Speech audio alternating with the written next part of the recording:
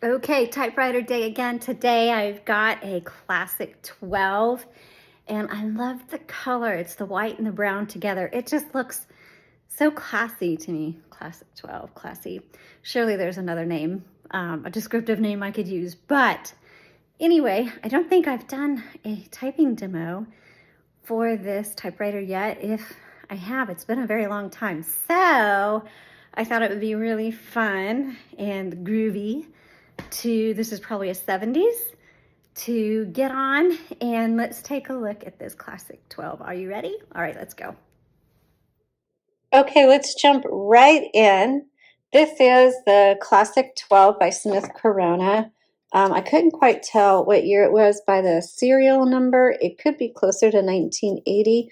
We usually don't work on typewriters that late, but this is definitely a 70s. I love the white body with the brown accent pieces, the plastic pieces here on the keyboard and then on the carriage. It's actually a very attractive typewriter, and I just finished typing on this, and I have to tell you, this was such a delight to type on. I don't remember the last time I worked on a classic 12. I know we've had them before, but boy, I really, really enjoyed typing on this. I have my typewriter collection, and right now I'm fighting with some of them. They need some work, and Rob's out of town, but they will be waiting for him in his shop, and that's just the nature of typewriters. And so I'm so tempted to take this down and work on it because my two ones that I use for working are not happy right now. But this one, just an absolute pleasure to type on this. I do recommend this for those of you who are looking for active, who are, I can't even think of the word, who are active writers. And now keep in mind that just because this model works great, you can find a Smith Corona Classic 12 and it doesn't. That's the thing with vintage typewriters. So you have to keep that in mind. It's really based on, these things are 50 years old. And how was it taken care of? Was it was it barely used? Was it overly used? Was it stored properly, not stored properly? Was it in a smoking home or a pet home? Or did they maintain it? Didn't they? There are just so many variables.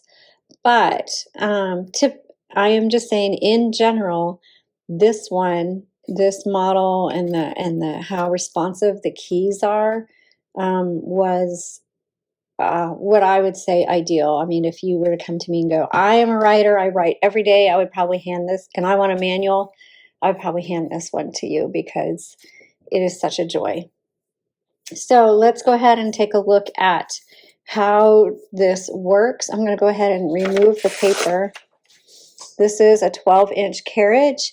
The extended carriage is just helpful if you want to use larger pieces of paper, type landscape versus portrait, or you're just using larger papers, which is why I recommend 12-inch carriages to crafters, because you just want access to that availability. Like when I type on crafts, most of the time it's little pieces of paper, but every once in a while I have like a big, I'll find a paper bag and I want to type on it, and it's so handy to have an extended carriage available. Okay, so let's start with the back. Here's your paper holder, which I always use mine. Your margins, you want to press and drag. So it's unlike a computer, you have to manually set everything. And so the nice thing is you can, if you're typing on a postcard, you can bring it all the way in. If you're typing on a paper bag, you can come all the way out. Just keep in mind that your carriage will move as far as you have your margins set. So it's going from margin to margin. If I bring it in, it's again margin to margin. That's it. And you will hear the bell. The bell will always ding when it gets within a few characters of that right margin to let you know, hey, you are at the end of your margin. You need to hit your return handle, which is this right here, and go to the next line. And don't be afraid to press in your return handle. If you do it like halfway, you'll advance to the next line, but you won't push the carriage all the way to the beginning of the line. So don't be afraid to press that handle all the way in. You'll see here it says 1, 1.5, 2. That's your line spacing. So when you press that handle right now, it's only advancing 1 line. You could advance 1.5 or 2 lines. To manually move the carriage, you have a lever on either side. Doesn't matter which one you use, just press that in and the carriage will automatically pull to the left. If your carriage is free and just kind of floating, that means your drawband is broken and you will need a professional repair person. Also on the carriage on the left side, you'll notice that the handle has an extra, it's like sticking out further than the right side. That's because that's a button you can push in. And what it does is it releases your roller, which is also called the platen. You can do what's called variable spacing. Let's say you're trying to reload or you're trying to line it up, something on your paper with a line, and just turning the handle isn't working. You press that in and you can kind of do some fine adjusting there. Okay, I am moving the carriage to the left before I open the top, because if I try to open the top without moving the carriage to the left, it will probably scrape up against the handle and you're going to scratch your paint, which you'll see there's a tiny little nick here that I guarantee you that's what that's from. But once your carriage is to the left, you just put your hand here in the middle and gently pull forward. Actually, this one pulls up, pops off. So you just pull straight up on this one. Inside is the spool. It's a universal ribbon. So you can find these ribbons on Etsy, eBay. You can find them on our website. The link to our website is in the description. Over here is the silver lever. That is your ribbon reversal. So it's going this way. You'll keep typing. You'll get to the end of the ribbon on this side of the spool, but there's still lots of ink on that ribbon, so manually reverse it again, and now you can go back the other way. And you just keep going back and forth till you use up all that ink. When you do change the ribbon, make sure black is on top and red is on bottom. You certainly could put other colors in here. You can put a single color. That's entirely up to you, but the standard is a 2-color black-red ribbon. So again, black on top, red on bottom. Your color selector is going to be right here on the left side, and that is what that is for. When you put it in, you just pull these out. Super simple. It's very messy, so please wear gloves. But when you put it in, make sure it settles down all the way, and then that ribbon has to go through the guide wire that's right here. There's another one on this side, and it's right there. And that ribbon needs to come over the top, around the back, and underneath. Again, that's over the top, around the back, and underneath.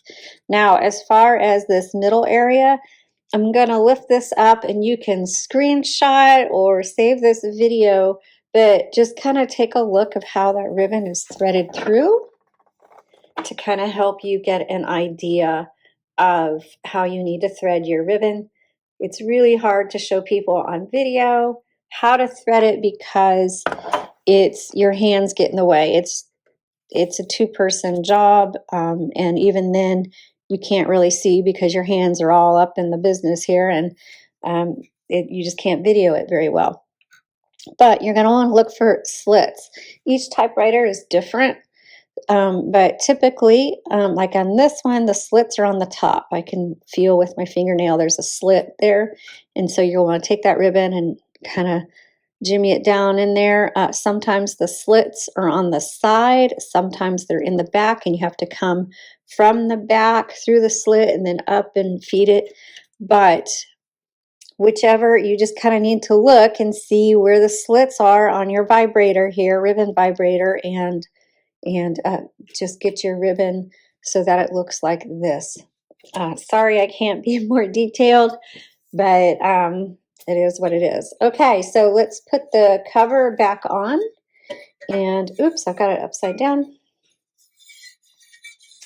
You'll see it's got little pointy things over here, and there's holes down here, and you just want to line them up and snap it down. Make sure it snaps down all the way.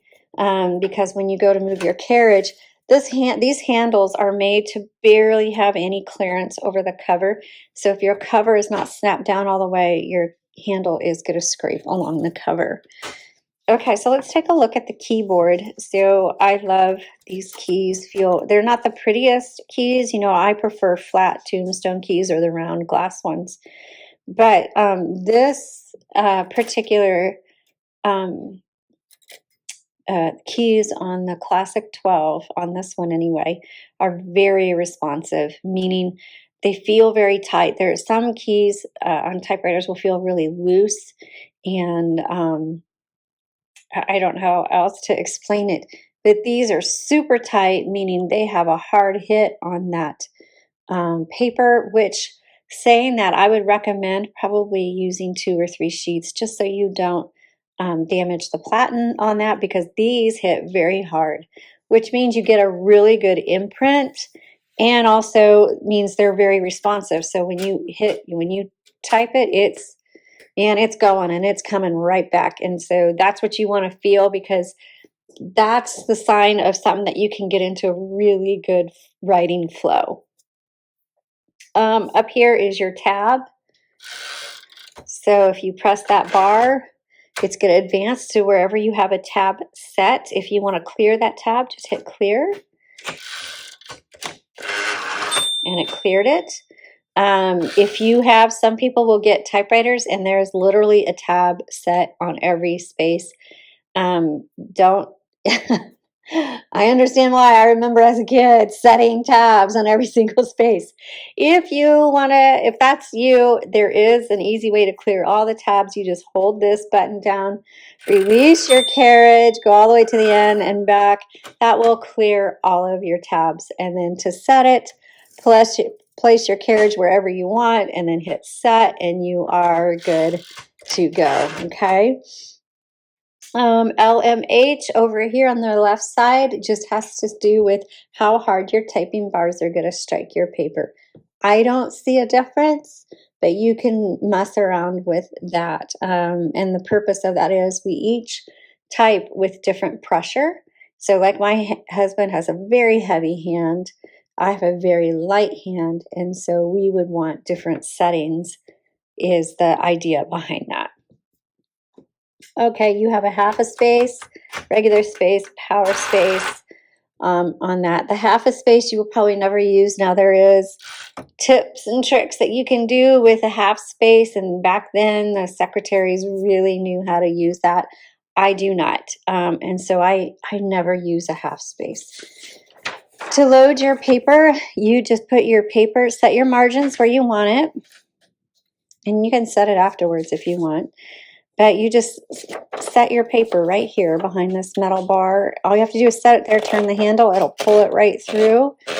And I always bring it all the way up to where the two ends meet to make sure it's nice and even. It would load it perfectly for me, but sometimes it's uneven. And in that case, you'll pull this paper release right here on the right side. You pull it forward and you can adjust your paper, put it where you want, re-engage, and voila. Make sure your paper is underneath this metal bar so it's nice and taut against the platen there. And that is the basics for typing, how to use your Classic 12 typewriter. And I hope you have fun with it. And, if you find one, don't just get rid of it. I guarantee you're going to love it. It's going to be a treasure to really have on hand, and it's worth getting it fixed up and using it. So thanks so much for watching. I always forget to ask, but if you wouldn't mind, give me a thumbs up and subscribing. That is always appreciated. You all have a blessed day.